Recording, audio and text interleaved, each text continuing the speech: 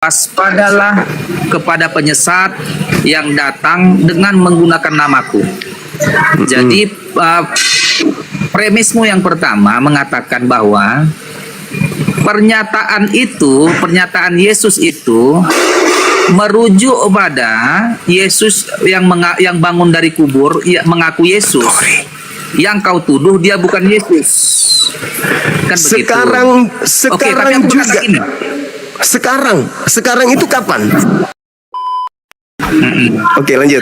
Oke, aku mau bilang dan kau akan sepakat juga denganku ini bahwa yang dimaksudkan Yesus di situ akan ada yang mengaku Yesus setelah aku, yang pada dasarnya dia adalah bukan Yesus. Ini merujuk pada Isa. Ini merujuk pada Isa alaihissalam. Isa alaihissalam yang sebentar. Jangan diketawain. Aku ini pendapatku ya. Aku juga udah apa ini. Tadi kan pendapatmu itu. Kita masing-masing aja. Isa alaihissalam yang dikatakan oleh nabinya Juma bahwa itu adalah Yesus, yang sebenarnya Isa alaihissalam ini adalah bukan Yesus, untuk menyesatkan umat Kristen dengan mengatakan bahwa Isa alaihissalam ini tidak disalib. Padahal Isa alaihissalam ini bukanlah Yesus yang sebenarnya. Dia seakan-akan Yesus, padahal ini adalah Yesus palsu untuk membawa umat pada kesesatan. Gitu Juma. Bukanlah Yesus yang bangun. Saya bantah dengan satu dalil. Silakan. Yohanes 12 nomor 31. Sekarang dalam bahasa Yunani non. Sekarang juga dunia ini, penghakiman atas dunia ini, dan sekarang juga penguasa dunia ini akan dilemparkan. Tak ada kata akan di situ sebenarnya. Sekarang itu kapan? Abad ke-7 atau abad pertama?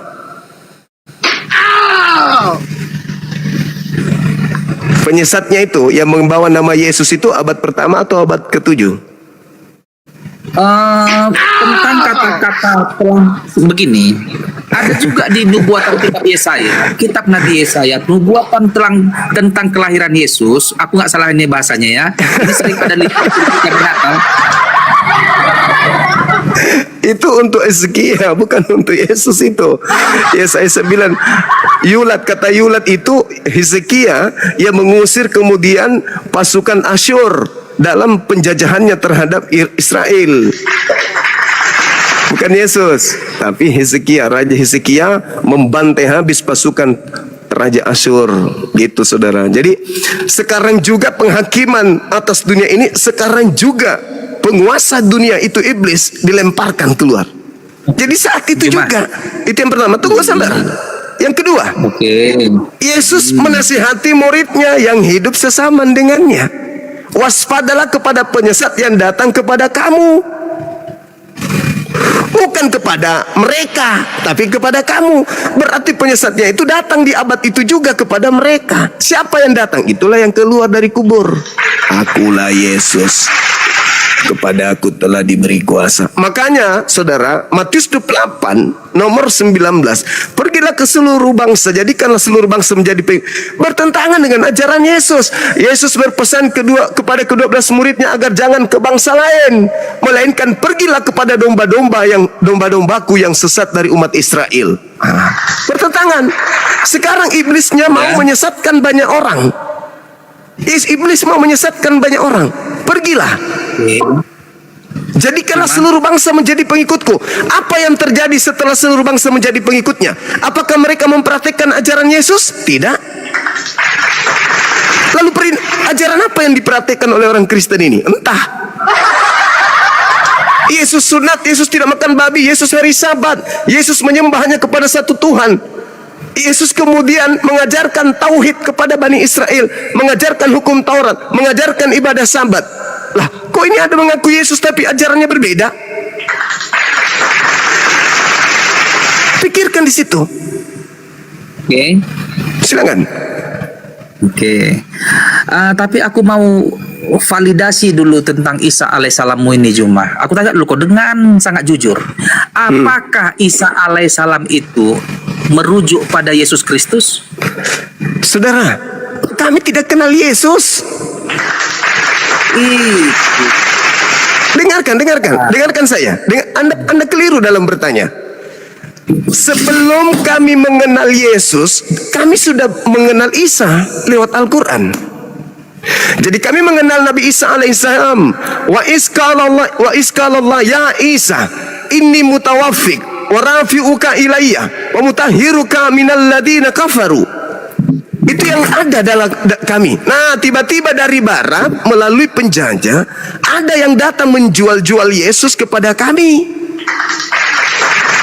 Jadi Isa kepada kami lebih dulu datang, baru muncul Yesus dari barat. Makanya tidak ada masjid bernama Masjid Yesus, tetapi gereja bertaburan bernama Gereja Isa Al-Masih.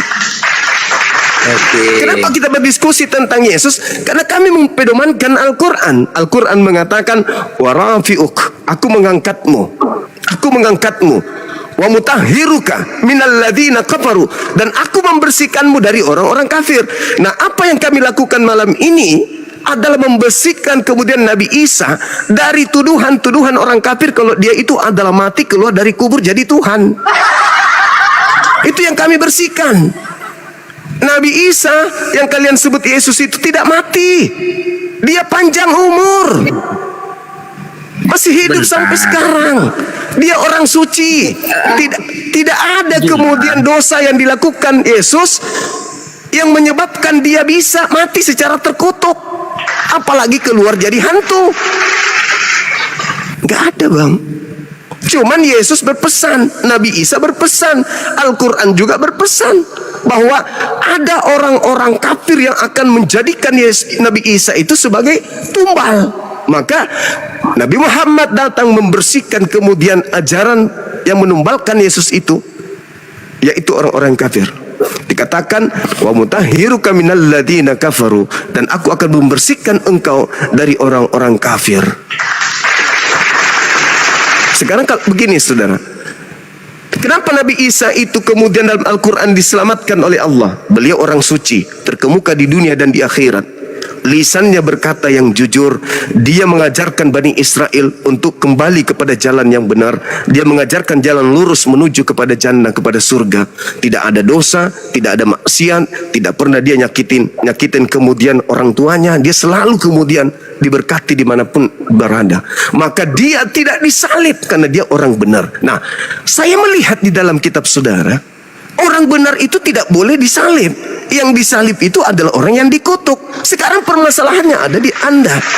Adakah Yesus adakah Yesus melakukan dosa yang pantas baginya kena hukuman kutuk? Gak ada kan?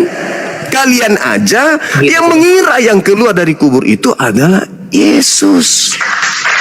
Orang Yahudi ada nggak mengira yang keluar dari kubur itu adalah Yesus? Nggak ada. Mengira Tuhan boro-boro, mengira Yesus aja kagak, apalagi Tuhan. Kalian aja ini yang terlalu jauh. Kalian yang terlalu jauh. Sudahlah dianggap itu Yesus, sudah begitu dituhankan pula tuh. Sedangkan Yesus ketika datang tidak pernah mengajarkan dirinya untuk dituhankan. Yang minta dituhankan iblis. Justru Yesus pun diminta untuk menuhankan iblisnya. Sekarang kalau iblis mengaku iblis, mau nggak ada orang mengikuti? Enggak. Kalau iblis mengaku Yesus, mau nggak orang kemudian mengikuti? Mau. Kenapa? Yesus sendiri mengatakan, waspadalah kepada penyesat yang datang kepadamu memakai namaku dan berkata, akulah Kristus. Mereka akan menyesatkan banyak orang. Nah, mana banyak orang yang menjadi pengikut Kristus itu? Selain Kristen, ada? Nggak ada. Harus ada banyak orang. Harus, karena itu nubuat Yesus. Begitu juga Al-Quran. Pamutakhiruka minal ladina kafaru. Berarti banyak orang-orang yang mengikuti oknum yang bukan Isa, tapi dikatakan Isa. Itu Al-Quran yang menjelaskan itu. Cuma, oke, sebentar. Pertanyaannya simpel aja kok. Apakah Isa alaihissalam itu adalah orang yang sama dengan Yesus Kristus? Yang menyamakan itu kalian, saya enggak. Saya menerima Isa dari Quran. Stop. Hey. Udah, aku itu dulu. Biarkan aku lagi melanjutkan narasiku. Silakan. Kan udah kau jawab. Biarkan. Kalau memang Isa alaihissalam bukan Yesus Kristus, jempol. Aku pun bersyukur, berterima kasih Juma bahwa Isa alaihissalam bukan Yesus Kristus. Benar, terima kasih. Maka yang benar bahwa Isa alaihissalam tidak disalib. Benar, aku setuju, angkat tangan aku. Benar. Ya, Tidak disalib Isa alaihissalam, tetapi Yesus Kristus disalibkan. Isa disalib, benar Isa disalibkan. Yesus Kristus benar disalibkan. Nah, Alkitab pun benar, Bibel pun benar, nggak ada yang salah karena berbeda orangnya. Isa berbeda, Yesus berbeda. Terima kasih. Berarti kami sudah final kan? Iya, sekarang, begitu. Jadi sekarang masalahnya nggak perlu kita. Sekarang masalahnya di ente.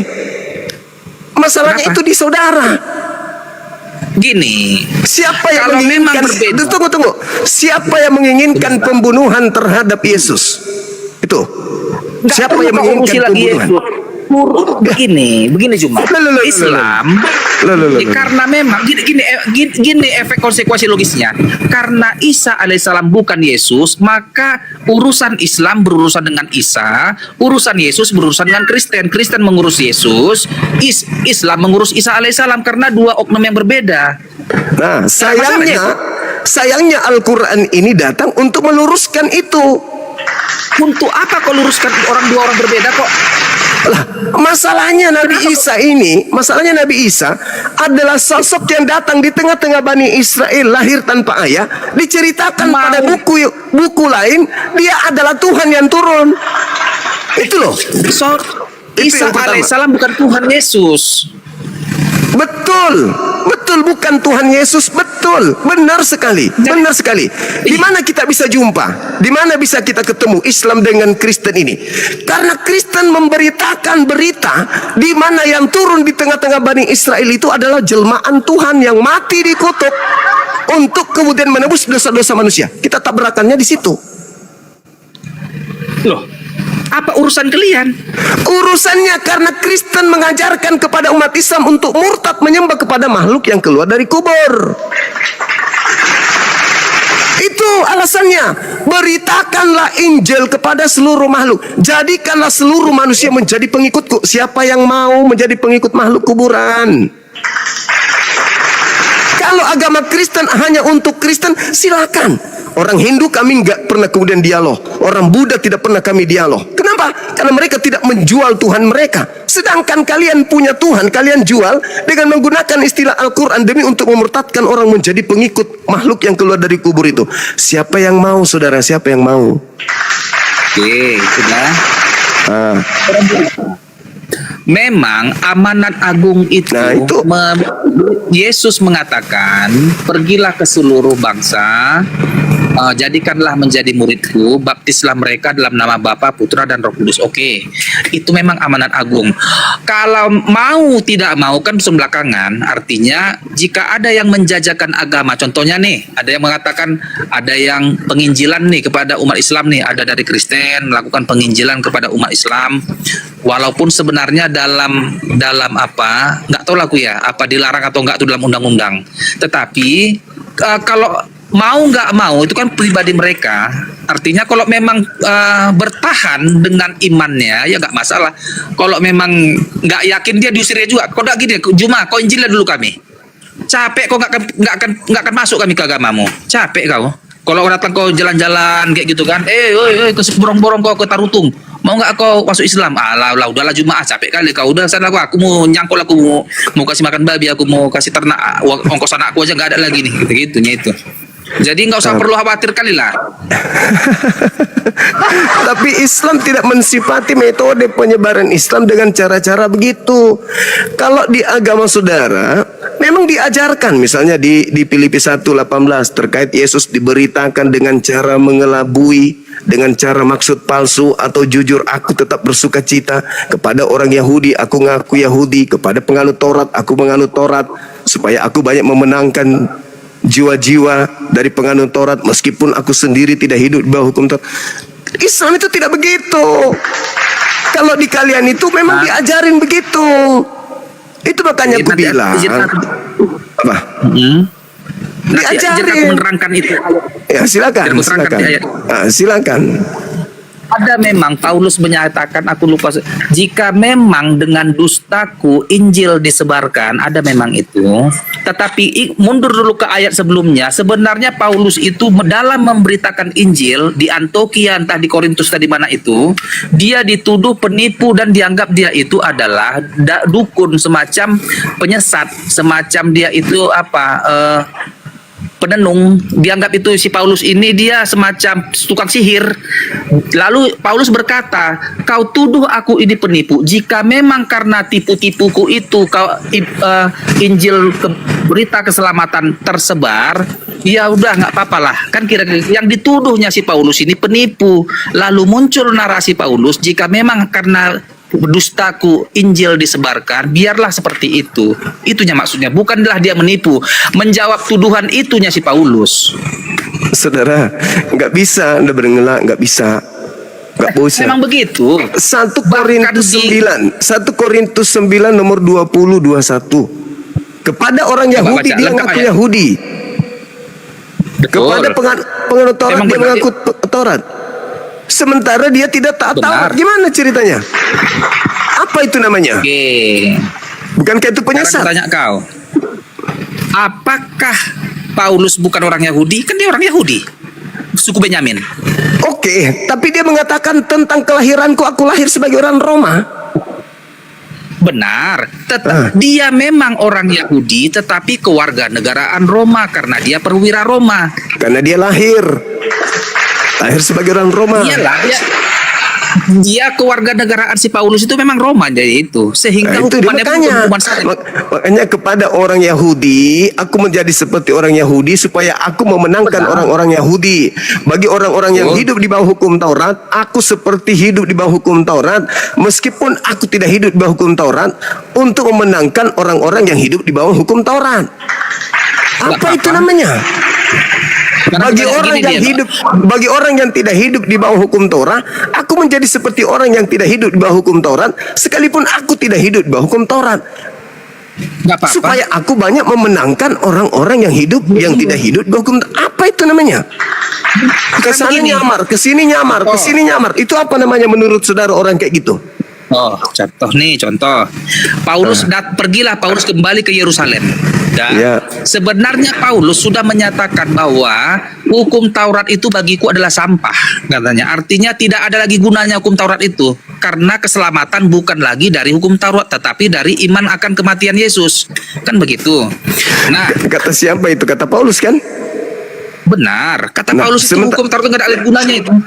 Nah, sementara Benar Yesus itu. mengatakan untuk memperoleh hidup yang kekal, jangan hilangkan Taurat. Sebentar. Biarkan Itulah yang saya katakan bahwa yang datang kepada Paulus itu bukan Yesus. Karena ajaran Yesus yang datang kepada Paulus dengan Yesus yang datang kepada Bani Israel itu berbeda. Itu makanya gue Dengar katakan dulu, itu ya. bukan Yesus. Itu kan pernyataanmu, pendapatmunya itu. Bukan. Yesus sendiri mengatakan Matius 24. Matius 24. Iya, pendapatmu Nomor pribadi 5. berlaku untukmu. Iya, itu kan Enggak. kesimpulanmu. Oh, bukan. Sekarang begini. Ketika Yesus berkata, jadi apabila ada orang berkata kepadamu, ada Mesias di gurun, ada Mesias di dalam bilik, jangan kau percaya. Iya. Nah, sekarang siapa yang mengaku pernah bertemu dengan Mesias di padang gurun? Dan Yesus siapa bertemu kemudian dengan- pernah mengaku bertemu dengan Yesus di dalam bilik rahasia? Paulus menulis Bibelnya di dalam bilik rahasia, mengatakan ini dari Yesus, berarti dia mengaku bertemu dengan Yesus. Jangan kau percaya, kata Yesus. Itu ucapan Yesus kepada pengikutnya Bani Israel. Makanya Paulus itu tidak dipercaya oleh murid-muridnya. Oke, gantian. Sekarang kau menuduh bahwa yang bertemu dengan Paulus itu adalah iblis. Mengaku Yesus. Yesus yang mengatakan itu. Tunggu sebentar. Lakukanlah pembuktian Juma bahwa itu adalah iblis. Apa indikator-indikatornya sehingga kau berkata bahwa yang bertemu dengan Paulus itu adalah iblis? Apa indikatornya? Indikatornya kan sudah jelas. Yesus mengatakan ketika ditanya oleh muridnya, "Guru, apa tanda kedatanganmu?" Tanda kedatanganku nggak bisa aku. begitu. Lah, kan ditanya, "Guru, apa iblis tanda yang- kedatanganmu?" Iya, nggak bisa begitu, nggak boleh gitu, framing namanya. Itu namanya framing. Apa bukti bahwa itu adalah iblis?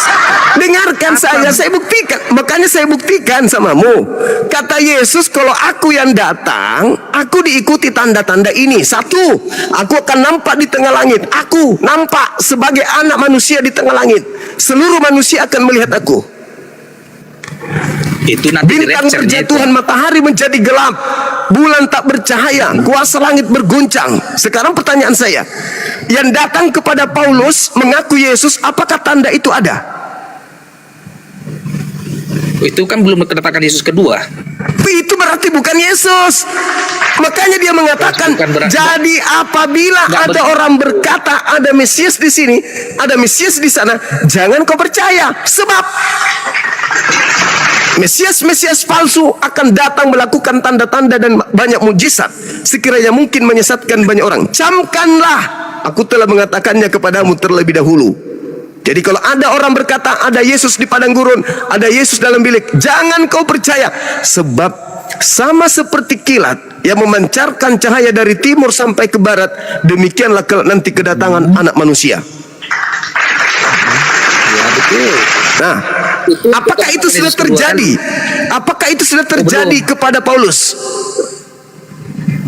Nggak ada. Belum. Kata Yesus percaya atau jangan percaya kalau tidak ada tanda itu? Oh, nggak begitu cara penarikan kesimpulannya. Itu yang ditanya.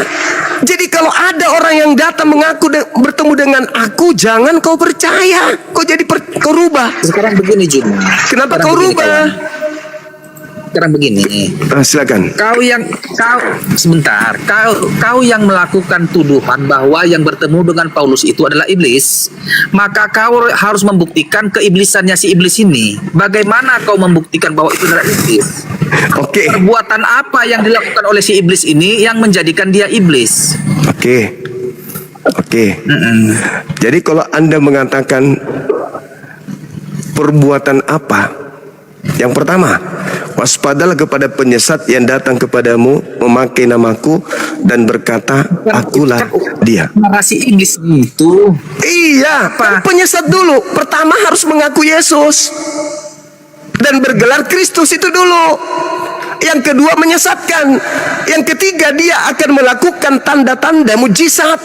Yang keempat dia disebut sebagai pembinasa keji yang sudah dinubuatkan kemudian oleh Nabi Daniel. Pembinasa keji itu akan duduk di tempat yang kudus. Apa tempat kudus itu?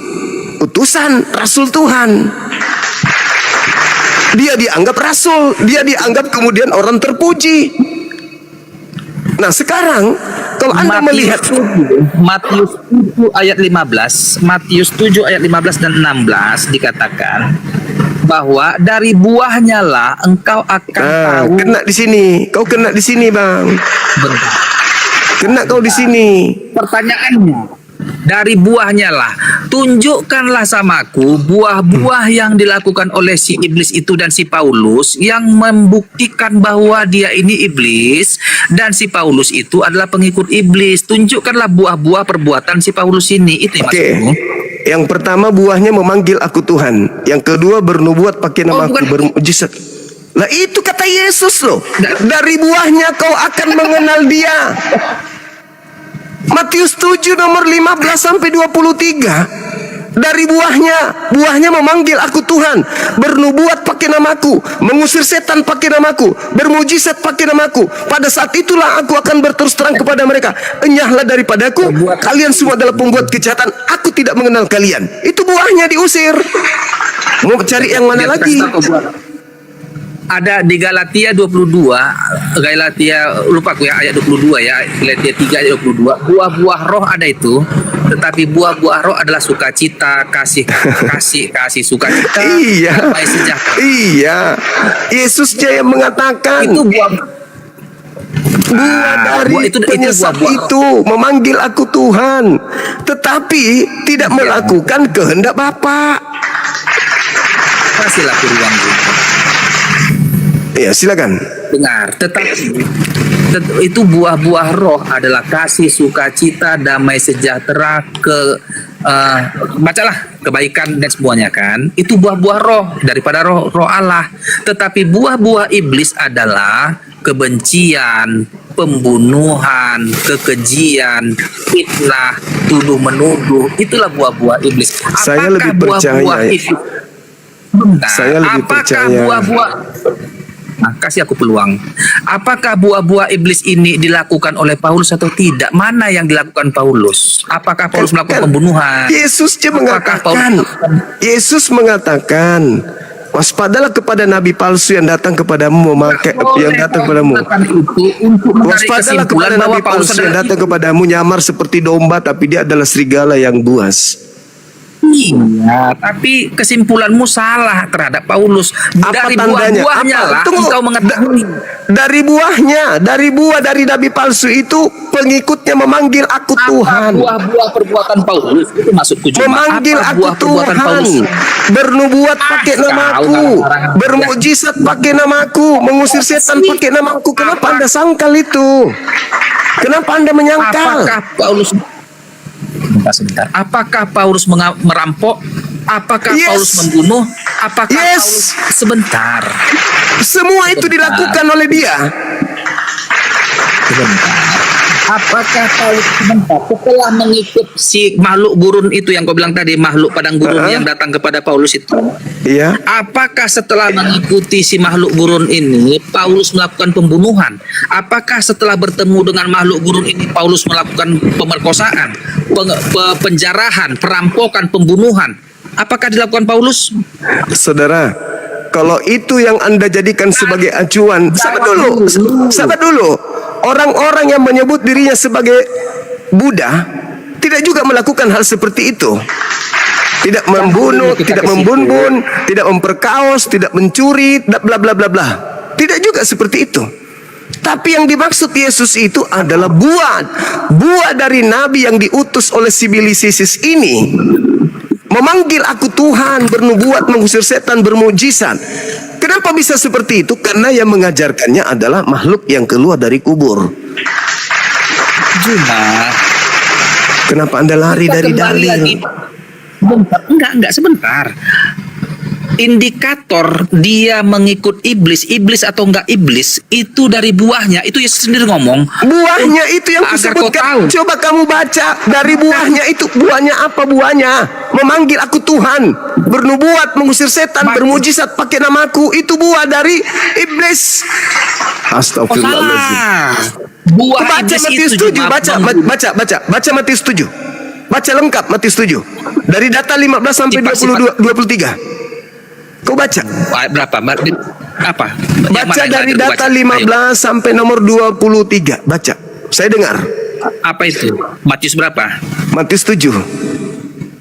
Matius 7. Tadi udah aku baca tadi yang 15-16. Nomor berapa lagi? Buah-buah perbuatan sejahat apa? Baca dari 15 sampai data nomor 23. Biar yang lain mendengarkan. Silakan. Aku udah bilang satu perangkat, nanti jeda lagi, nanti aku malas aku jeda ini. Nah, itulah makanya tidak setiap orang yang memanggil aku Tuhan kecuali yang melakukan kehendak Bapakku. Tuh kata Yesus. Kayak mana? Makanya baca dulu, baca. Biarlah terjeda. Baca dulu. Nah, Bang Juma dengar. Aku 2% udah tweet udah katanya ini. Nanti kita lanjut lagi lah ya. Enggak apa-apa. Nah, komunikasi nanti. Siap. Oke. Makasih. Malam. Okay. Malam. Lanjut. Baik. Naikkan oten yang dulu ya. Siap. Udah 2% ku sarger dulu. Oke. Permisi ya, Bang ya. Oke, saudara, silakan.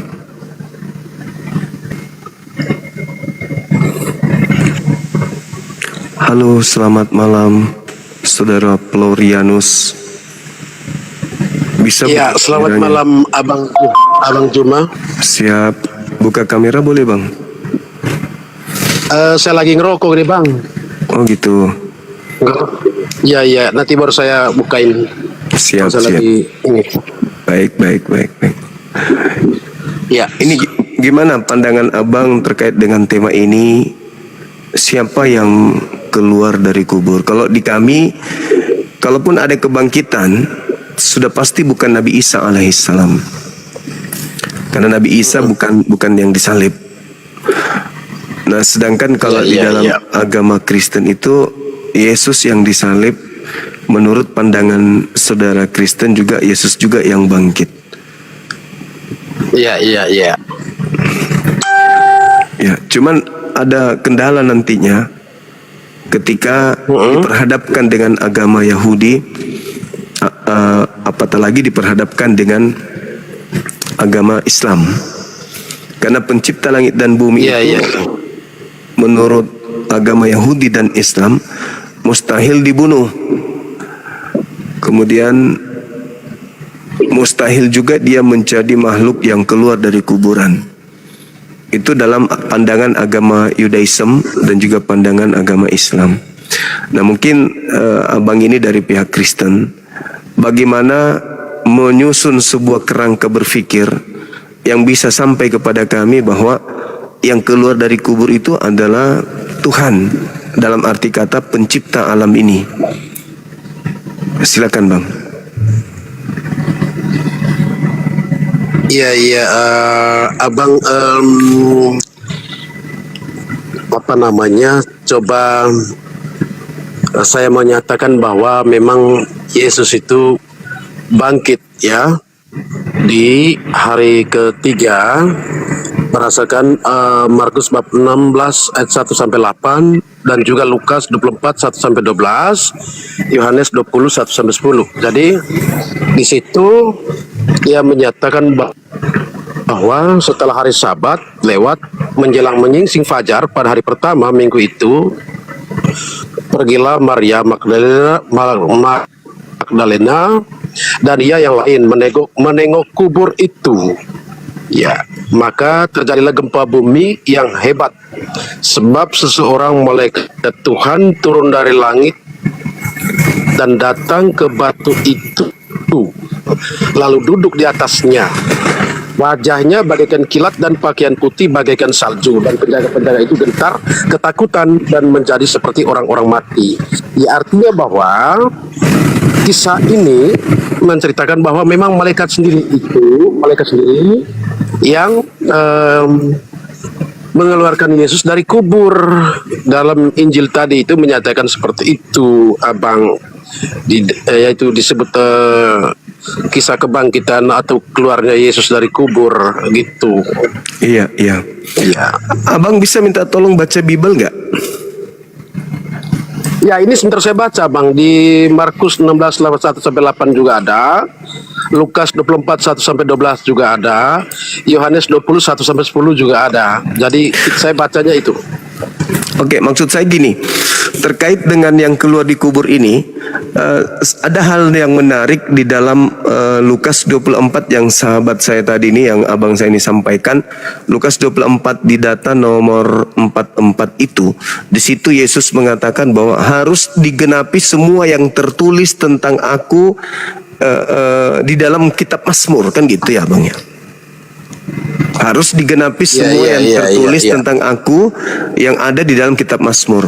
Saya melihat di dalam kitab Mazmur, Bang, di data Mazmur 118 nomor 22. Abang boleh baca nggak sama saya, bantu saya baca?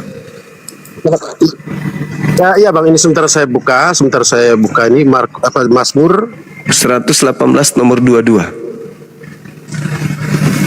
118. Sorry, sabar Bang. Iya. Nomor 22. Siap. 118 nomor 22. Siap. Nomor 22. Iya. Allahku, mengapa kau tinggalkan aku? Nomor 22. Siap. Mazmur 22 nomor Mazmur berapa tadi, Bang? 118. Mazmur 118. Sorry. Oh iya. 118. Siap. Oke. Sudah bisa buka kamera Bangku? Belum?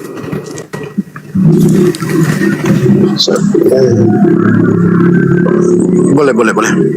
Iya. Ini lagi di tangga ini, Bang, tetangga di dekat samping rumah. Jadi ini 100 Mazmur 22 malah ini ya. Mazmur 118. Oke, Bang, ini sebentar saya kasih cari ini 171, 75, 78, 118. Iya. Sabar, Bang. 118 nomor 22. 22. Siap. Oh ya, siap. Batu yang dibuang oleh tukang bangunan telah menjadi batu penjuru. Benar ya? Iya, betul. Itu menurut Abang siapa? Batu yang dibuang oleh tukang bangunan telah menjadi batu penjuru. Ya, artinya bahwa menurut ini kan kisah atau perumpamaan tentang Yesus, yang mana batu yang dibuang oleh tukang bangunan telah menjadi batu penjuru. Artinya bahwa batu ini kan kita mendefinisikan bahwa mungkin itu Yesus ya. Iya. Yang dibuang oleh tukang bangunan. Yang dibuang oleh tukang bangunan berarti sama dengan mendefinisikan manusia atau umat Allah, ya, ini tukang bangunan ini. Atau Iya. menurut Bang Juma seperti apa mendefinisikan tukang bangunan ini? Telah menjadi batu penjuru. Ya. Maksud saya itu, saya ingin tahu oknumnya, dan ternyata itu ada Bang tertulis dalam Lukas 4, Kisah Para Rasul 4. Kisah Para Rasul 4 nomor 11. Di situ dikatakan Rasul, bahwa di situ dikatakan bahwa Yesus adalah batu penjuru yang dibuang oleh tukang bangunan. Berarti yang dimaksud tadi itu adalah Yesus beneran. Itu Yesus. Iya. Yesus ya Bang ya. Coba Anda baca di dalam Kisah Para Rasul 4 nomor 11. Nah, kemudian kalau kita lihat di dalam Mazmur yang tadi itu, Mazmur 118 itu, di data 26-nya itu juga ada yang menarik di situ, Bang. Data nomor 26-nya masih buka Bibelnya enggak, Bang? Coba dibuka Masih. gitu. Ya, silakan dibaca di data 26-nya. Untuk di Mazmur. Mazmur 118, betul. Kameranya boleh Mazmur dibuka, Bang. Ya, ini sebentar saya buat ini, Bang. Coba saya kirim ya. Sudah. Ya, oke. Sorry Bang, ya, saya lagi dulu santai nih Abang di las saya. Iya, enggak apa-apa. Jadi saya lagi posisi di Mazmur 18 yang tadi nomor 26-nya.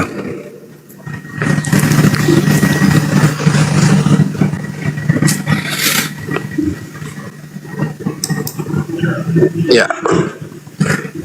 Mazmur 118. Siap. Sabar Bang ya. Siap. 118.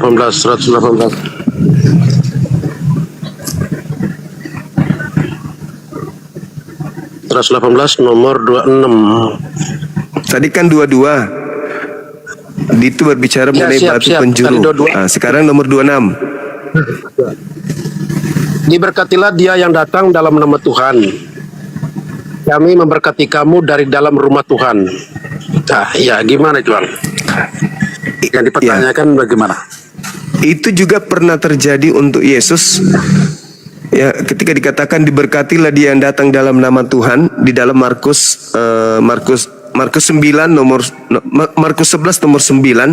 di situ Yesus pernah dikatakan hosana hosana, diberkatilah dia dalam nama Tuhan. Betul ya?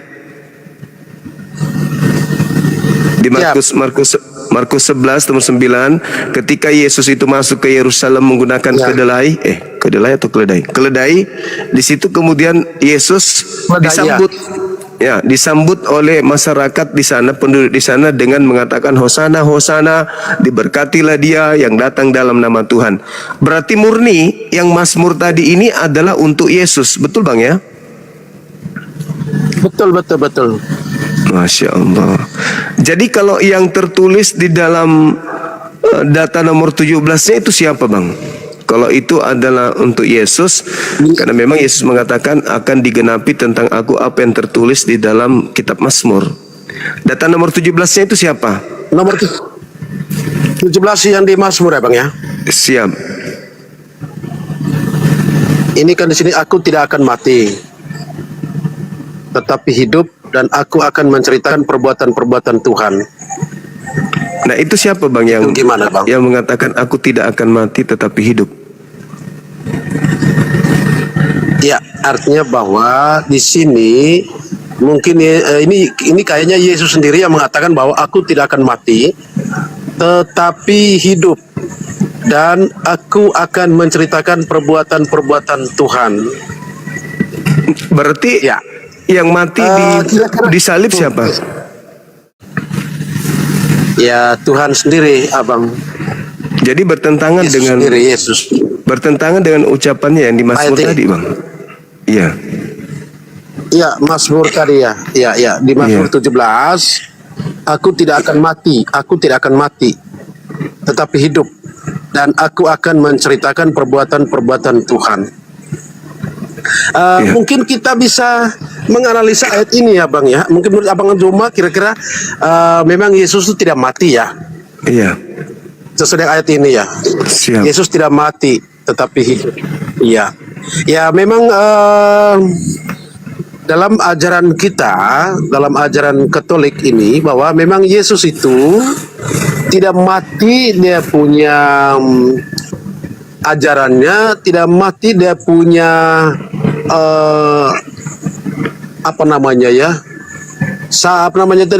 firmannya, dia tetap hidup.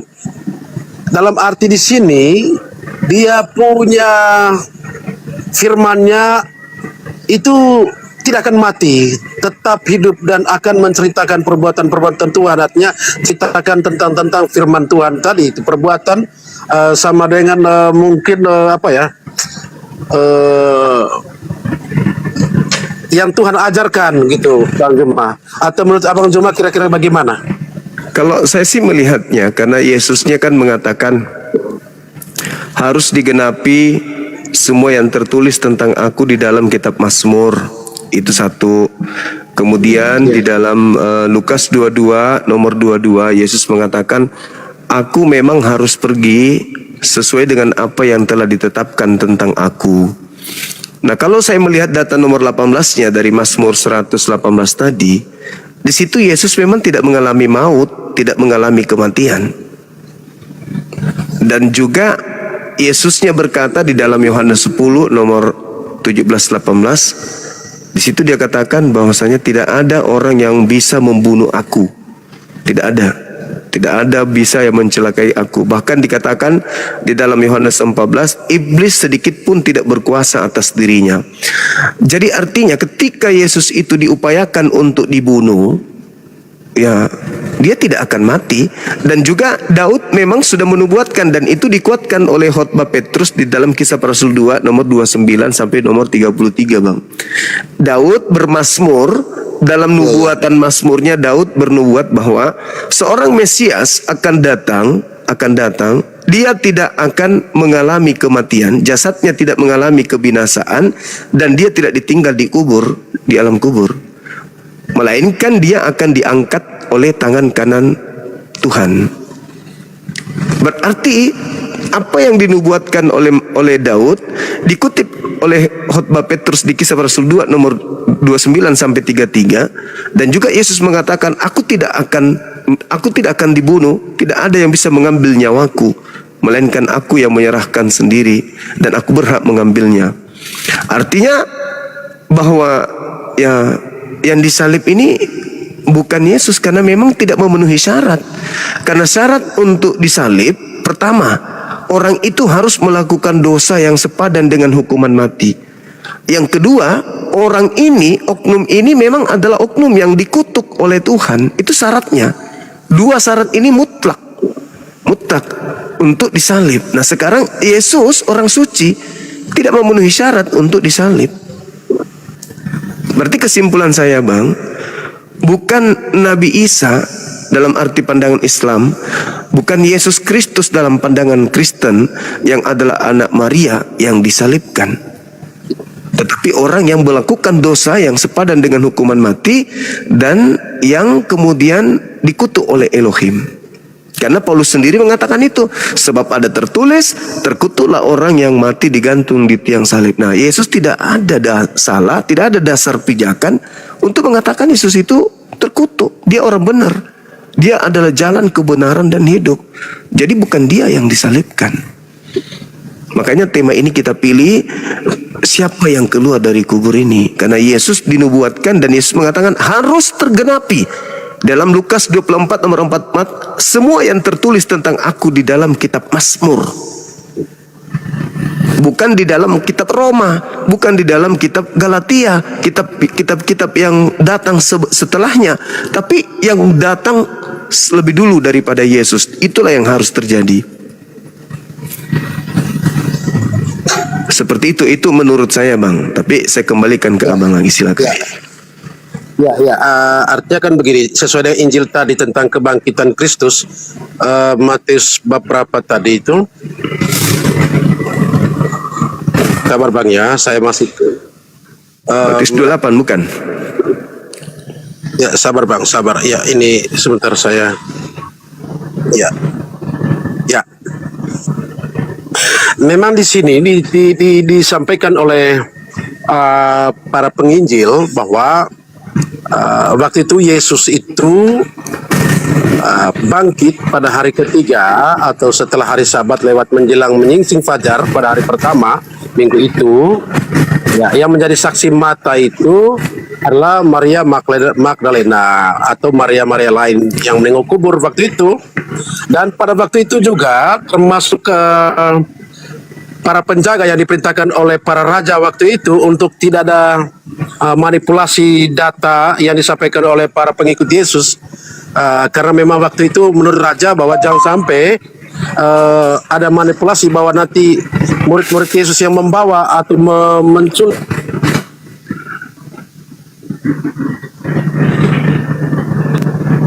ternyata memang pada saat itu rasa tercengahkan mereka heran, rasa ketakutan dan menjadi seperti orang mati melihat situasi pada saat Yesus bangkit itu.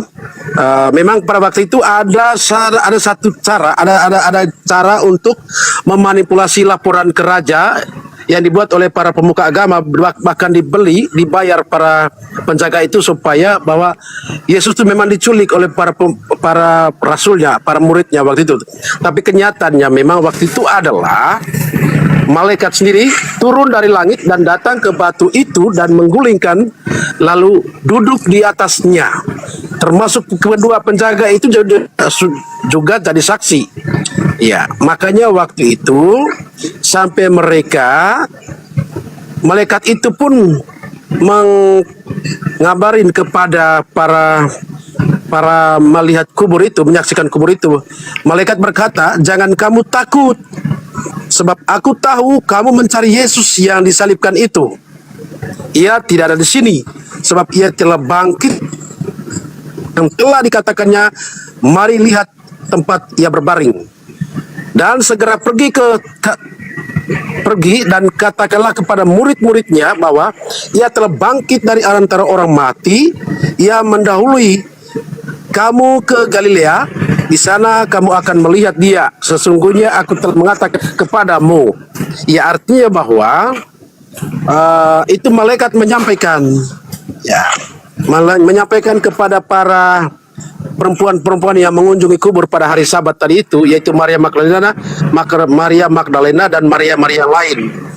Ya, jadi Abang Juma, memang di sini kami melihat bahwa setelah mereka pergi ke Galilea, memang mereka sempat ketemu dengan Yesus. Dan Yesus sendiri berkata, "Salam bagimu."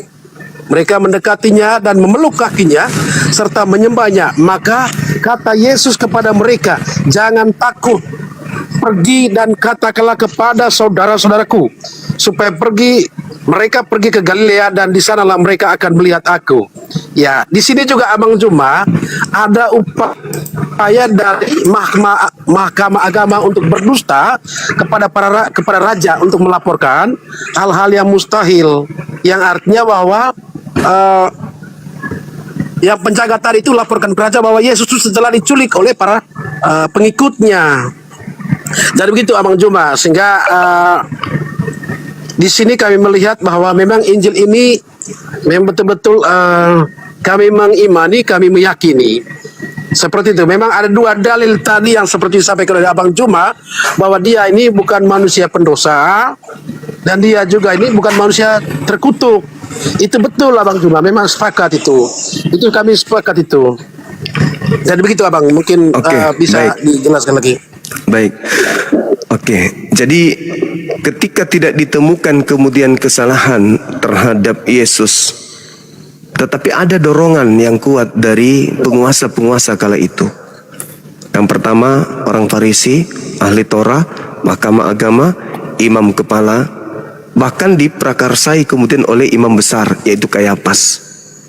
Nah, sekarang permasalahannya, kita sebagai umat yang belakangan ini itu belum ada pada zaman itu. Jadi yang terjadi kisru hanyalah orang-orang Yahudi dari 5 komponen tadi bersama dengan Yesus. Mereka berseteruh. Kristen nggak ada, Islam nggak ada. Apa yang mereka ributkan? Apakah dosa waris? Enggak. Apakah penebusan dosa? Bukan. Yang mereka ributkan itu coba Abang lihat di dalam Yohanes 11 nomor 45 sampai 57. Ketika Yesus kemudian membangkitkan Lazarus di Yohanes 11 Bang. Nanti kita sama-sama baca. Coba arahkan aja pandangannya ke sana. Yohanes 11 nomor 45, ketika di antara mereka ada menyaksikan apa yang dilakukan oleh Yesus terhadap saudara Maria, yaitu Lazarus, mereka melihat, mereka kagum. Lalu ada di antara mereka yang datang melapor ke orang Farisi terkait apa yang disaksikan kepada Yesus. Yesus pengaruhnya semakin besar. Akhirnya dia melapor dan imam kepala mahkamah agama pun kemudian mereka berkumpul. Apa yang harus kita lakukan ini? Yesus kalau dibiarkan terus, maka akan semakin banyak orang percaya kepada Yesus. Dan kalau itu terjadi, maka orang Roma akan datang merampas tempat suci kita dan merampas bangsa kita. Itu latar belakangnya Bang. Tidak ada dosa waris, tidak ada penggenapan nubuat dari Yesaya, dari bla bla. Itu nanti muncul setelah ada Kristen belakangan yang mengambil data-data itu. Sedangkan orang yang ada pada saat itu adalah orang yang paling tinggi keilmuannya terhadap kitab-kitab mereka. Imam kepala mahkamah agama, orang Farisi, ahli Taurat. Tidak ada satupun dari mereka yang mengatakan Yesus harus dibun-bun karena untuk menggenapi nubuat. Itu nggak ada. Malah di situ Abang, mereka kemudian bingung apa yang harus kita lakukan. Nah, imam kepala angkat bicara. Kalian tidak bertobat, kalian tidak insaf. Kalian tidak insaf. Adalah lebih baik satu orang Yesus mati daripada seluruh bangsa kita ini binasa. Maka pada tahun itu juga imam kepala bernubuat dengan berkata, jadi Kayafas itu berkata, Yesus harus mati untuk bangsa kita, bukan hanya untuk bangsa kita, tetapi untuk menyatukan kembali anak-anak Elohim yang tersebar ke seluruh bangsa. Itu kata Imam Kayafas. Nomor 53-nya, maka mulai hari itu mereka bersepakat membunuh Yesus. Jadi latar belakang mereka ingin membunuh Yesus itu bukan nubuat Yesaya harus turun nebus dosa waris, itu bukan. Mereka sepakat membunuh Yesus alasannya karena faktor sosial ekonomi. Mereka takut bangsanya dirampas, tempat suci dirampas oleh penjajah Romawi Bang. Itu. Maka data nomor 54, mulai hari itu Yesus tidak lagi menampakkan diri di tengah-tengah mereka, melainkan Yesus ke Efraim bersama dengan murid-muridnya. Dicari Yesus tidak ditemukan. Nanti Yudas yang berkhianat baru membocorkan tempat persembunyian Yesus. Jadi tak ada latar belakangnya Yesus itu melakukan dosa. Coba abang lihat di dalam Matius 26 nomor 4. Mereka melakukan tipu muslihat. Nomor 59, imam kepala melakukan kesaksian, mencari-cari alasan untuk melakukan kesaksian palsu untuk membunuh Yesus. Di dalam Lukas 22 nomor 3, iblis merasuki Yudas. Jadi yang terjadi adalah persekongkolan antara iblis, Yudas, imam kepala, mahkamah agama, orang Farisi untuk mencelakai Yesus. Demi untuk ego, demi untuk politik, demi untuk ekonomi kebangsaan mereka, supaya bangsa mereka tidak dirampas oleh penjajah Roma pada saat itu.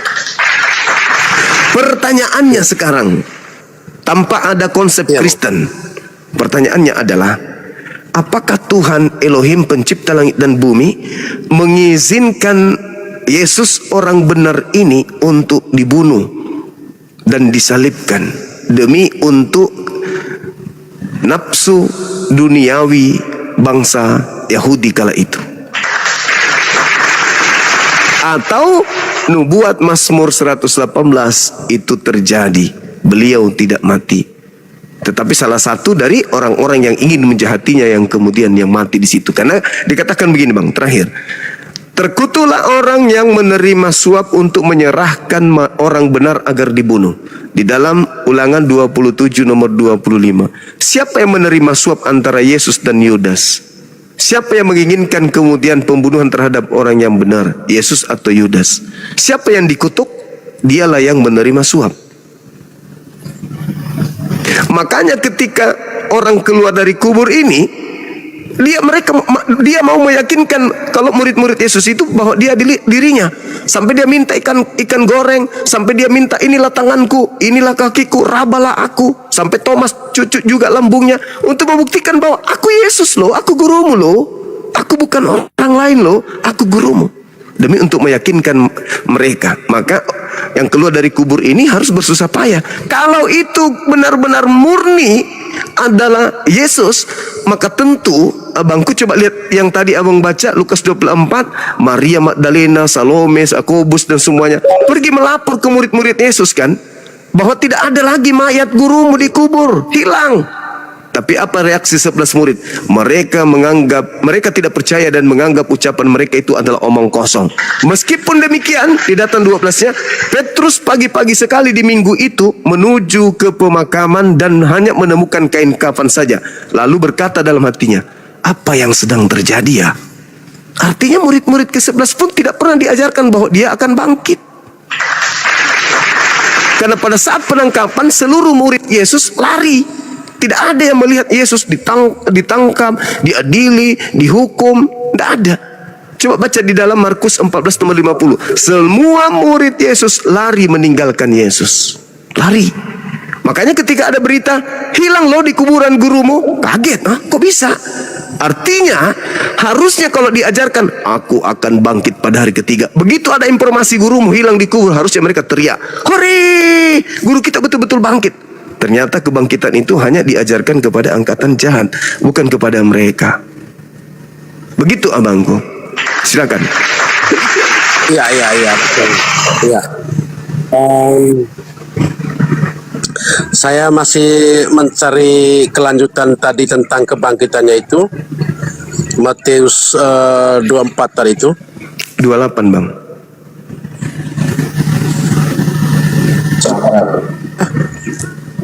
Ya, sabar bang ya. Ya, kebangkitan Yesus tanggal 8. Ya, seperti yang disampaikan oleh Abang Juma, memang betul tertera di dalam Injil Matius 28 ayat 11 seterusnya sampai 15. Ya, yang mana di situ memang ada berusaha untuk bagaimana untuk merekayasa laporan tentang kebangkitan Kristus dari kuburnya itu melalui kedua penjaga yang diutus oleh rajanya itu. Ya, di sini juga ada lanjutannya itu di Matius 28 16 sampai 20 itu juga ada. Ya, dan ke-11 Matius 28 ke 16 ayat 16, dan ke-11 murid itu berangkat ke Galilea, ke bukit yang telah ditunjukkan Yesus kepada mereka. Ketika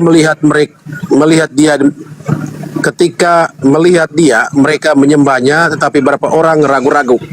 Masih ada keraguan-raguan dari ke-12 rasul tadi.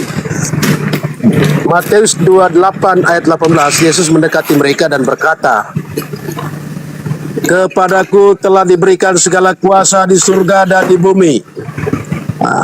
Bab 19-nya, karena itu pergilah, jadikanlah semua bangsa murid-muridku dan baptislah mereka dalam nama Bapa, Anak, dan Roh Kudus, dan ajarlah mereka melakukan segala sesuatu yang telah kuperintahkan kepadamu, dan ketahuilah aku menyertai kamu senantiasa sampai kepada akhir zaman. Itu Yesus sendiri menyampaikan kepada para rasul setelah mereka ketemu di Galilea, di bukit yang telah ditunjukkan oleh Yesus. Karena itulah kisahnya tadi, seperti yang saya sampaikan kepada Abang Juma, bahwa Matius 28 ayat 1 sampai 10 itu memang kisah tentang kebangkitan Kristus. Itu di Matius tadi. Ya, jadi Abang, ya artinya bahwa di dalam Injil ini kami memaknai bahwa memang ada campur tangan Tuhan di dalam peristiwa kebangkitan Kristus, seperti yang dituliskan di dalam Matius 28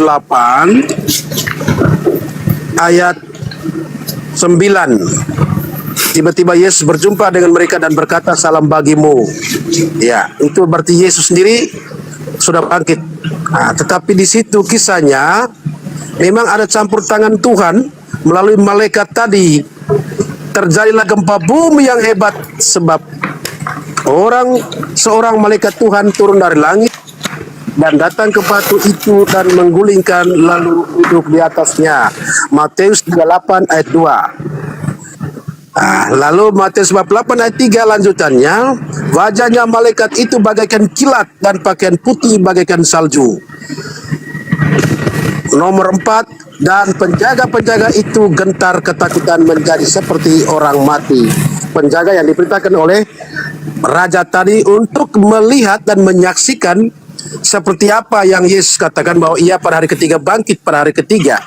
Di situ secara terpatri betul bahwa kedua penjaga yang diperintahkan oleh raja untuk jaga tentang kebangkitan Kristus.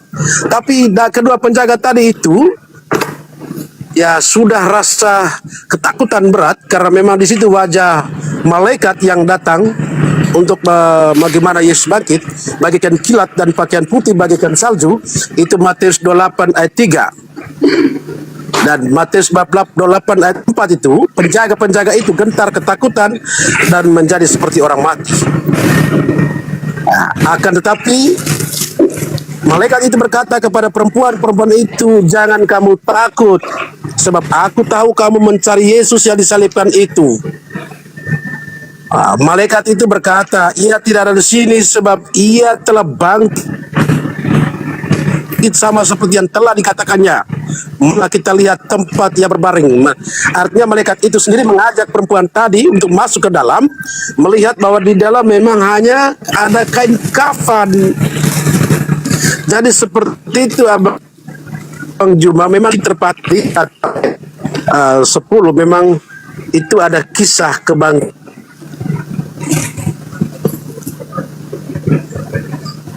Kristus. Jadi seperti itu.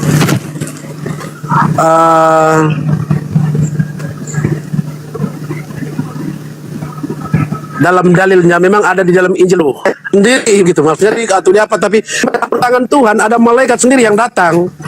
Itu Matius 28 ayat 2 sampai 3 di situ. Matius 28 ayat 2 sampai 3. Nah, itulah malaikat campur tangan untuk bagaimana Yesus bangkit dari kubur. itu Abang Juma. Jadi mohon dimaafkan kalau memang ada kekurangan.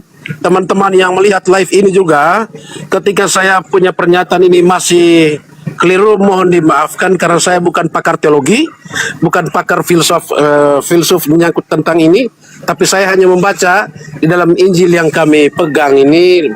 Jadi seperti itu Abang Juma, masih banyak Injil-Injil atau kisah para rasul atau Mazmur atau perjanjian lama atau perjanjian baru yang lain masih ada sangkut paut dengan Injil, dengan kisah ini. Tapi seperti itulah Bang Juma, saya melihat di kisah kebangkitan Yesus saja di Matius 28 1-10. Terima kasih Abang. Ya, sama-sama Abang Florians. Jadi ada kebangkitan, kemudian ada Yesus Kristus. Nah, sedangkan anak Maria sendiri meminta kepada murid-muridnya agar waspada kepada penyesat yang datang setelah dia memakai namanya dan berkata, "Akulah Kristus." Itu yang pertama. Yang kedua, Bang, ketika Yesus kemudian didatangi oleh orang-orang Farisi di Matius 12 nomor 38 sampai nomor 40, Yesus berkata, "Angkatan jahat minta satu tanda, dan tidak akan diberikan satu tanda apapun kepada mereka selain tanda Yunus. Sebab Yunus 3 hari 3 malam dalam perut ikan, begitu juga anak manusia akan berada dalam perut bumi selama 3 hari 3 malam." Artinya, kebangkitan pada hari ketiga itu adalah tanda untuk angkatan jahat. Itu. Sedangkan kalau Abang tadi membaca di dalam Lukas 24 mulai dari data nomor 6, 7, 8, 9 sampai yang ke-11, ke-12, itu murid-muridnya tidak percaya tentang kebangkitan hari ketiga itu. Murid yang asli tidak percaya, karena memang mereka tidak diberi tanda. Tanda kedatanganku adalah aku keluar dari kubur. Itu nggak ada tanda itu. Murid-murid Yesus beda tandanya. Ketika Yesus memberi tanda kepada muridnya yang asli, tandanya aku akan nampak di tengah langit, bukan keluar dari kubur. Aku akan nampak di tengah langit. Ketika di dalam Matius 24 ditanya sama muridnya di Bukit Zaitun, "Guru, apa tanda kedatanganmu?" "Tanda kedatanganku, aku akan nampak di tengah langit dan seluruh manusia akan melihat aku." Itu tanda untuk angkatan yang benar. Angkatan jahat, tanda untuk mereka adalah keluar dari kubur pada hari ketiga. Jadi antara tanda kepada angkatan jahat dan tanda kepada angkatan yang benar itu berbeda. Nah, di mana posisi Kristen? Posisi Anda berada pada keluar dari kubur hari ketiga. Padahal itu adalah tanda untuk angkatan jahat. Kenapa harus menggunakan kubur? Karena di dalam kitab Yesaya 12 sampai 15 yang masuk ke alam kubur itu adalah iblis. Iblis itu bergelar apa? Bergelar Lucifer, Helal bin Sakar dalam bahasa Ibrani. Sedangkan bahasa Indonesianya adalah bintang timur. Yesaya 14 nomor 12 sampai nomor 15. Iblisnya ingin naik menyamai Tuhan ke awan-awan. Tapi apa kata Tuhan dalam nomor 15-nya? "Sebaliknya ke dunia orang mati, aku masukkan engkau sampai ke liang kubur." Berarti ketika Yesus mengatakan dalam Yohanes 12, dunia akan dihakimi sebab penguasa dunia telah datang dan dia akan dilemparkan keluar. Kalau kita merujuk kepada data itu, maka dilemparkan keluar itu maksudnya dilemparkan keluar dari kubur. Penguasa dunia, Yesus berkata, penguasa dunia ini telah datang dan dilemparkan keluar. Penguasa dunia itu siapa? Iblis. Dilemparkan keluar dari mana? Ya keluar dari tempat di mana dia dibuang, yaitu di dalam alam kubur. Makanya keluar hari ketiga dari kubur itu adalah tanda untuk angkatan jahat. Sedangkan Yesus sendiri, Petrus mengatakan bahwa di Kisah Rasul 2 nomor 29 sampai 33, Yesus ini menurut Daud jasadnya tidak mengalami kematian, tidak ditinggal di kubur, dan dia diangkat oleh tangan kanan Elohim ke atas. Berarti yang berkata di Mazmur nomor 17 tadi, dari Mazmur 180, aku tidak akan mati, itu adalah Yesus. Lalu yang mati ini siapa? Pelaku dosa yang sepadan dengan hukuman mati, yang dikutuk oleh Elohim. Apakah Yesus dikutuk oleh Elohim? Mustahil. Kalau iblis dikutuk nggak sama Elohim? Dikutuk.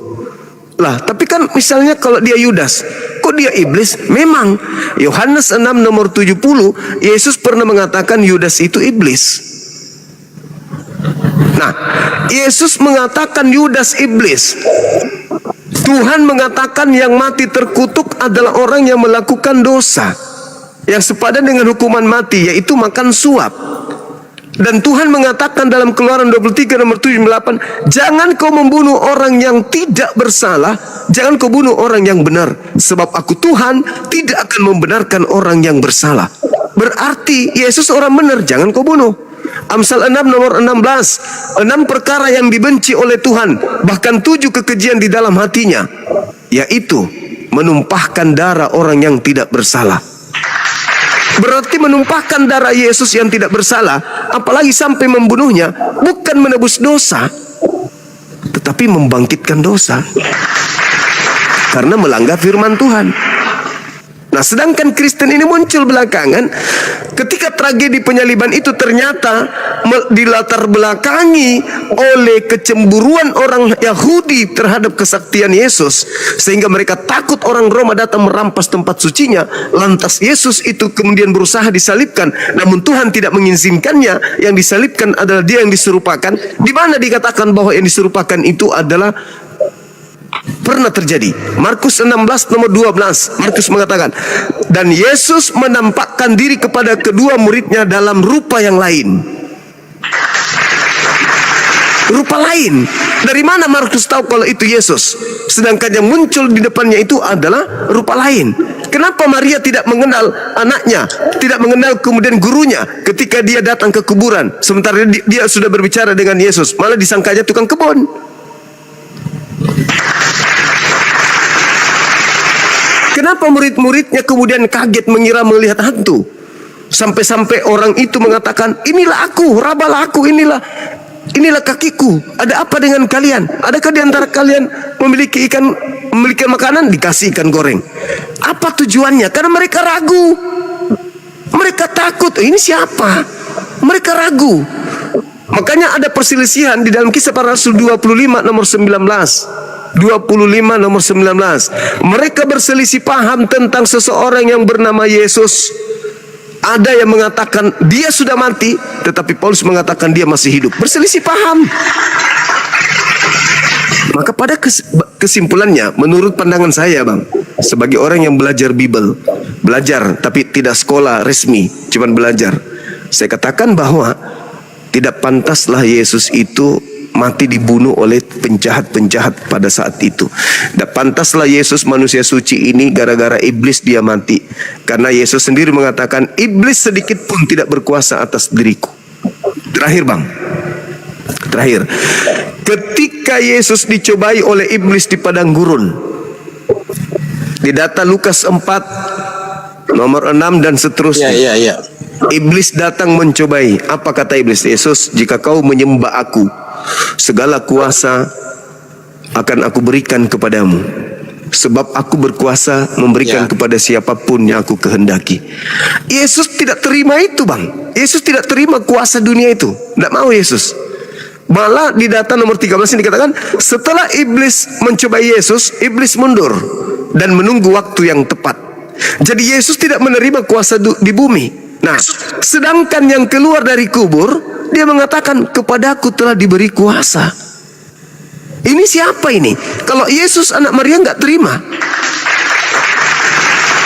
Ada yang menerima, dan iblis memang mengatakan, dan aku berkuasa, aku berhak, aku berkuasa memberikan kepada siapapun yang aku kehendaki.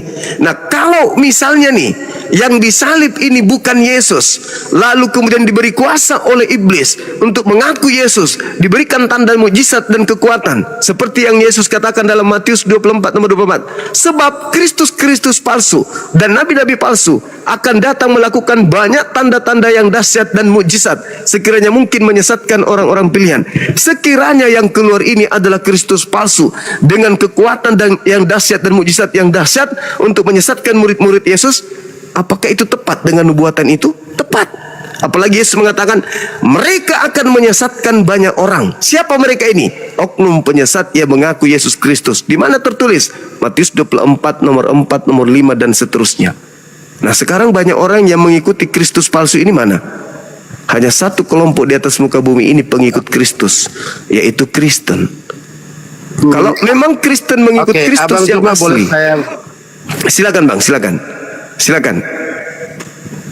Boleh saya bertanya sedikit, karena memang saya yakin dan percaya bahwa yang namanya agama Islam dengan Kristen, mungkin khususnya Katolik, mengimani bahwa ada Nabi Isa. Kami juga sebut Yesus. Kami punya kisah tentang Yesus seperti itu. Kira-kira Abang Juma bisa sharingkan ke saya kira-kira cara atau proses sampai kematian Nabi Isa seperti apa dalam ajaran Islam, supaya kami bisa melihat dan memaknai itu juga. Kisah kematiannya Nabi Isa di ajaran dalam Al-Quran seperti apa, Bang Juma, supaya kita bisa memahami itu. Terima kasih. Baik. Jadi gini Bang, kalau kita berbicara mengenai Nabi Isa alaihissalam, di dalam Al-Quranul Karim itu Nabi Muhammad sallallahu alaihi wasallam tidak melakukan kemudian penelitian, tidak melakukan penyelidikan, tidak menyusun kemudian daftar pustaka, atau dia membeli buku-buku untuk dipelajari agar kemudian menceritakan hal itu di dalam Al-Quranul Karim. Tapi kemudian Nabi Muhammad sallallahu alaihi wasallam diceritakan melalui Roh Kudus yang kami sebut dengan malaikat Jibril datang kepada Nabi Muhammad untuk menceritakan bahwasanya, wahai Nabiku Muhammad, aku akan menceritakan kepadamu satu berita gaib tentang seorang wanita yang bernama Maryam. Waskur fil kitab Maryam. Aku akan menceritakan kepadamu berita gaib, berita yang tidak pernah kamu dengar sebelumnya, yaitu seorang wanita bernama Maryam, wanita pilihanku di tengah-tengah Bani Israel. Aku datangkan kemudian mujizat kepadanya dengan mengutus Roh Kudus, yaitu Jibril. Ketika Jibril datang kepadanya, Jibril mengatakan bahwa, wahai Maryam, sesungguhnya inna ma'ana rasulu rabbik li'ahabalaki gulaman zakia. Wahai Maryam, aku utusan Tuhanmu untuk memberitakan kepadamu satu berita, bahwa engkau akan mengandung dan akan melahirkan seorang manusia suci terkemuka di dunia dan di akhirat bernama Isa Al-Masih.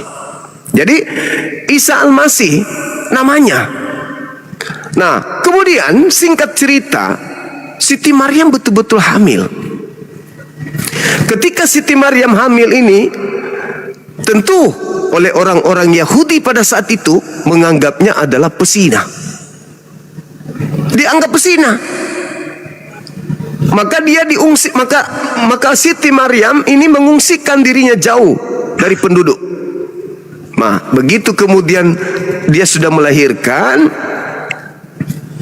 Siti Maryam kembali ke kaumnya, ke umat Israel. Lalu mereka mengolok-olok Siti Maryam.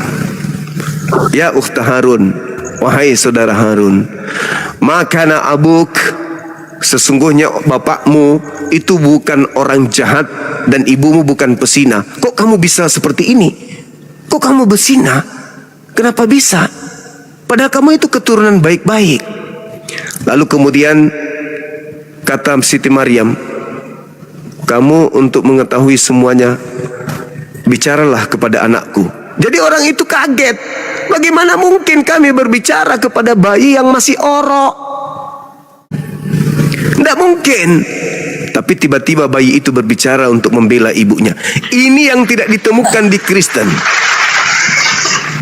Ketika ibunya Yesus dituduh, Yesus tidak melakukan pembelaan. Bedanya, di Al-Quran Nabi Isa melakukan pembelaan. Jangan kau tuduh ibuku. Ibuku bukan pesina. Aku ini adalah hamba Allah. Inni abdullah. Atani al-kitab wa ja'alani nabiyan. Ibuku bukan pesina. Aku ini seorang nabi yang Tuhan akan berikan kepadaku ketetapan-ketetapan. Diutus untuk kalian. Aku ini adalah hamba Allah. Nah, dari bayi saja Nabi Isa sudah menampakkan pembelaannya terhadap ibunda yang tercinta. Dan itu kalau dibandingkan di Bible, Bang, mohon maaf, di Bible Yesus itu tidak pernah sekalipun memanggil ibunya sebagai panggilan ibu. Selamanya dia panggilnya Gune atau Guneka. Apa artinya Guneka? Perempuan. Wahai perempuan. Atau istri. Tapi kalau istri tidak mungkin Yesus memanggil ibunya sebagai istri. Berarti dia memanggilnya perempuan, Gune. Kalau ibu harusnya dia memanggilnya Matera. Tapi tidak pernah kita temukan dalam original teks Bible Yesus memanggil ibunya dengan panggilan Matera. Nah, lalu kemudian Nabi Isa diceritakan begini di dalam pengakuan beliau, wa ja'alani mubarakan aina ma kuntu. Aku diberkati dimanapun aku berada. Berarti dia tidak pernah dikutuk. Karena dia diberkati dimanapun aku berada. Tuhan selalu memberkati aku. Nah, inilah pembedanya antara saudara Islam dengan agama Kristen. Ketika beliau besar, dewasa, wahyu sudah datang kepadanya, Bang. Wahyu datang kepadanya.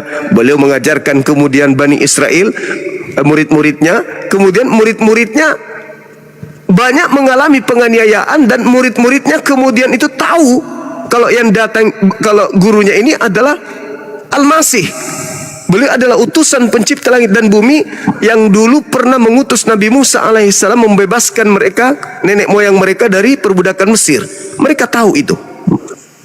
Sehingga Nabi Isa memberikan kemudian pernyataan kepada muridnya, siapa di antara kalian yang akan menolongku? Karena sudah mulai ada pembangkangan dari kaum Israel pada saat itu. Nahnu ansarullah, kata murid-muridnya, kamilah yang akan membelamu, kamilah yang akan menolong agama yang kau bawa. Nah, singkat cerita, Bang, orang Yahudi semakin benci sama Nabi Isa. Mereka kemudian melakukan makar. Makanya dikatakan dalam Al-Quran, wa makaru wa makarallah wallahu khairul makirin. Orang-orang Yahudi bersekongkol membuat makar tipu muslihan. Nah, itu juga diterangkan di Bible. Tetapi aku Tuhan membalas tipu muslihat mereka, karena sesungguhnya aku adalah sebaik-baiknya pembalas kejahatan. Nah, itu. Sehingga mereka bersekongkol membunuh Nabi Isa, justru dibalikkan. Mereka yang menjadi sesat. Apa buktinya, Bang? Kalau abang kan Al-Quran mengatakan wa qaulihim, karena ucapan mereka terhadap nabiku dan juga tindakan mereka untuk membunuh, menyalibkan nabiku. Wa ma qatalu wa ma salabu walakin subbiha lahum. Mereka berusaha membuat makar untuk menyalibkan, untuk membunuh, tetapi sesungguhnya yang mereka bunuh adalah orang yang diserupakan bagi mereka. Nah, kesimpulannya Nabi Isa alaihissalam itu diangkat. Mereka membuat tipu muslihat, mereka membuat kesaksian palsu untuk membunuh Yesus. Apakah pencipta langit dan bumi itu diam aja? Tidak. Bible juga mengatakan itu tidak. Ketika dikatakan wa makaru wa makarallah, mereka membuat makar, ternyata Al-Quran mengatakan inni mutawaffik wa rafi'uka.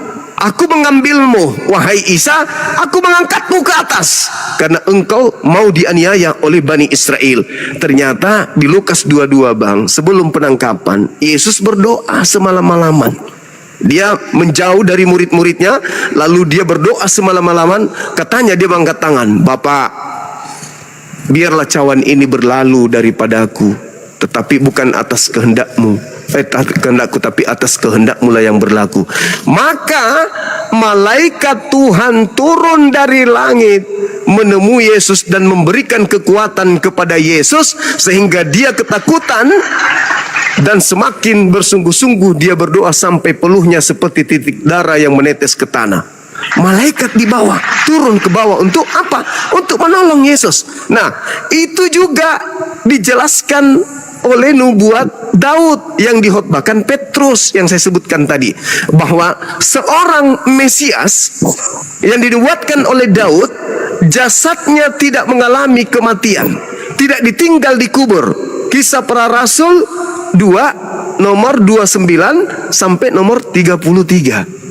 Melainkan jasadnya ini diangkat oleh tangan kanan Elohim, artinya malaikat. Nah, lebih pantas kemudian, lebih cocok yang disalib itu adalah penyesat, yang disalib itu adalah pelaku dosa, yang disalib itu adalah yang dikutuk Elohim. Titik, tutup perkara. Jadi cerita itu baik Al-Quran maupun kisahnya orang Yahudi ditutup. Nabi Isa tidak disalib, selesai.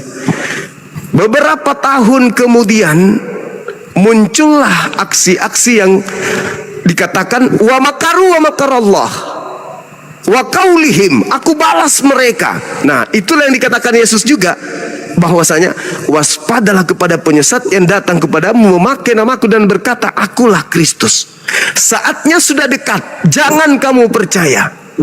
Maka mulailah kemudian tahun 52 Paulus mengaku bertemu dengan Yesus. Yesus terangkat tahun 33. Mulailah kemudian Lukas ditulis, Markus ditulis, Yohanes ditulis. Itu mulai dari tahun 52 sampai tahun 100-an lebih, 110.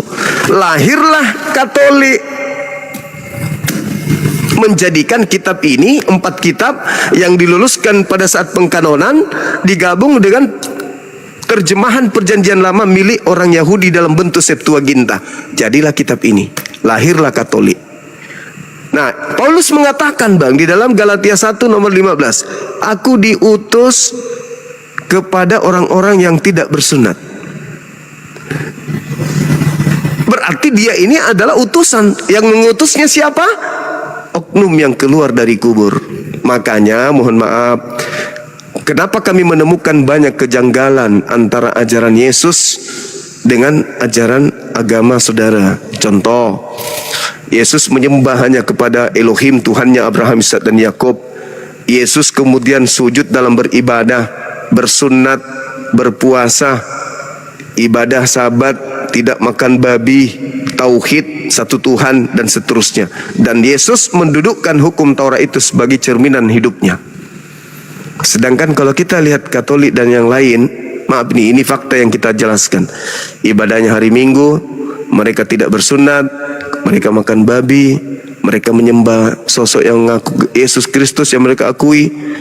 Kemudian memiliki konsep menyetarakan Yesus dengan Elohim, satu hakikat katanya bang. Itu ajaran-ajaran yang muncul belakangan setelah ratusan tahun Yesus tidak ada di bumi. Saya kira begitu dari saya. Baik, Abang. Mungkin masih ada satu lagi pertanyaan. Silakan. Ya, kalau tadi itu, kalau Nabi Isa itu Abang sudah jelaskan, saya sudah paham dan saya mengerti. Yang menjadi pertanyaan saya, dari Nabi Isa dengan Nabi Muhammad dalam ajaran saudara-saudara saya di Islam, yang paling suci menurut Abang Juma kira-kira siapa dari dua tokoh ini yang disebut utusan Allah dan juga mereka disebut Nabi? Nah, iya, baik. Jadi gini bang, di Islam itu kami tidak membeda-bedakan Nabi. Nabi Abraham, Nabi Daud, Nabi Musa, Nabi Isa. Mereka ini adalah orang-orang pilihan yang tidak terjamah kemudian di kemaksiatan. Mereka orang suci, mereka orang mulia. Tidak kami beda-bedakan. Hanya pembeda mereka adalah tugas. Nabi Isa alaihissalam itu di Al-Quran dikatakan, ya Bani Israel, ini Rasulullahi ilaikum. Nabi Isa itu hanya cakupan kecil, hanya diutus kepada Bani Israel.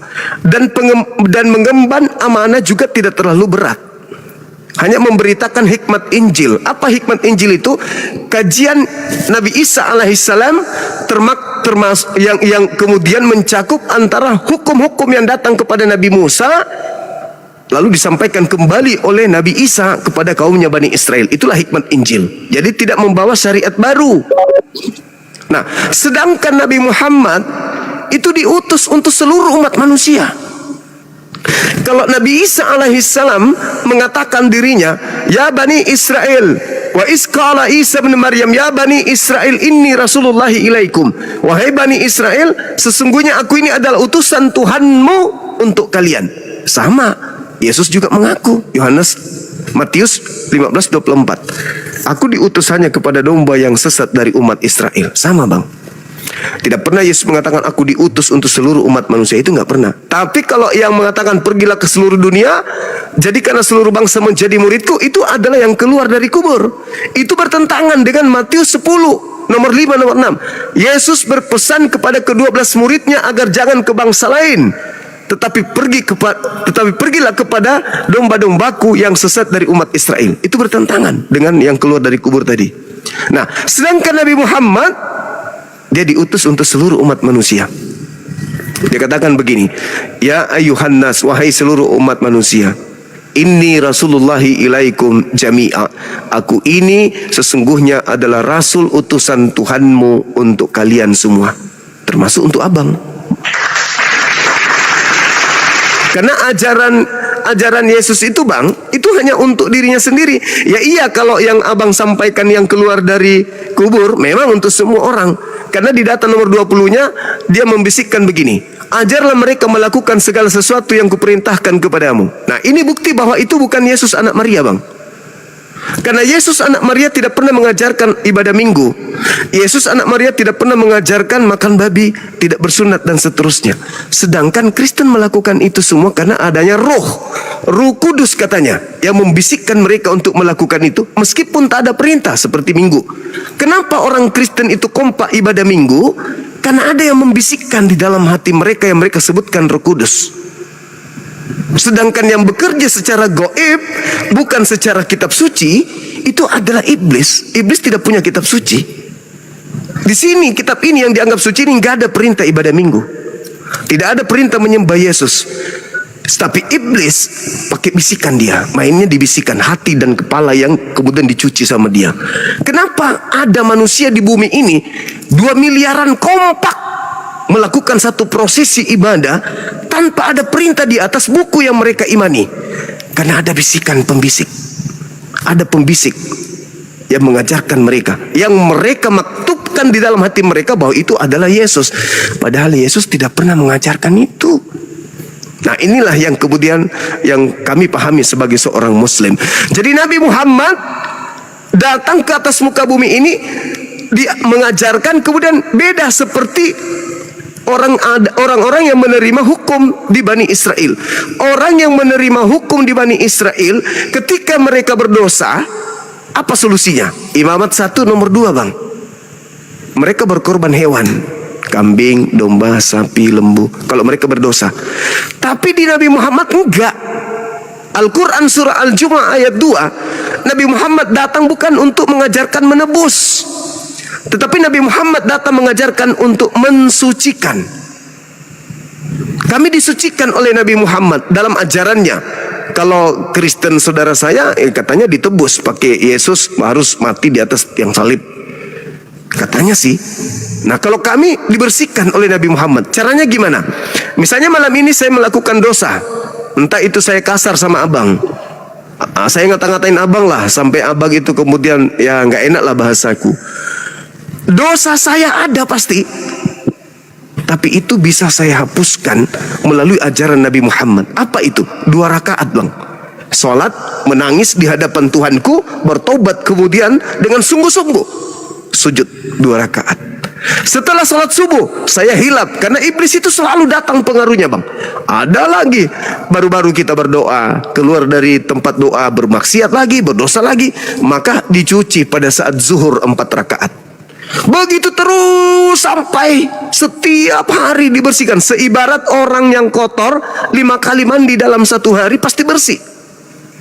Dalam keadaan bersih itulah kemudian ajal menjemput. Kami meninggal dalam keadaan kudus suci. Maka Nabi Muhammad diutus untuk mensucikan manusia. Itu bang. Itulah bedanya. Cuma Nabi Muhammad terima utus. kasih, Abang. Ya, silakan. Silakan. Terima kasih Abang Juma telah menyiringkan dalam ajaran dan keyakinan beragama Islam dan juga kolaborasi dengan ajaran Kristen, khususnya mungkin Katolik. Dalam pemahaman saya yang begitu dangkal, begitu kecil, saya sharing dengan Abang Juma yang mungkin level dan pemahamannya lebih bagus. Tapi saya secara pribadi jauh lebih bagus mempelajari daripada memfitnah, mengolok dan menjelekkan satu sama lain. Saya lebih bagus mendengar, melihat dan merenungkan tentang hidup seperti yang disampaikan oleh Abang Juma pada malam hari ini. Terima kasih banyak Abang. Terima kasih. Saya Sama-sama salut bang. dengan program ini. Saya mau diskusi itu seperti ini, dingin, saling mendengar, saling menyimak satu sama lain. Karena begini, Abang Juma dengan saya sama-sama sebagai manusia. Tidak pernah Abang Juma lebih sempurna atau saya lebih sempurna. Yang sempurna hanya Allah yang menjadi sumber kehidupan antara Abang Juma dengan saya. Terima kasih banyak Abang Juma yang telah memberikan edukasi yang bagus dan baik. Menurut pribadi saya, Kasih, tidak Bang. melihat tappingan di bawah yang tidak, yang mengolok, itu persoalan pribadi ya Bang. Karena kecemburuan sosial ketika kita mendengarkan satu sama lain itu jauh lebih bagus daripada kita mengfitnah satu sama lain. Terima kasih ya Bang. Makasih ya Bang. Salam, Saya juga makasih. toleransi dan salam kompak. Semangat terus Abang Juma ya. Selamat Sama-sama, malam. Bang. Sama. Saya Ya. mohon pamit karena Makasih Bang. baterai saya habis lagi 1%. Nanti saya akan ikuti lagi kemudian hari. Terima Ya, kasih. makasih, Selamat Bang. malam. Makasih. Saya Salam. boleh ya, selamat malam. Terima kasih banyak. Makasih ya Bang. Terima kasih Sehat banyak. terus Bang. Sehat.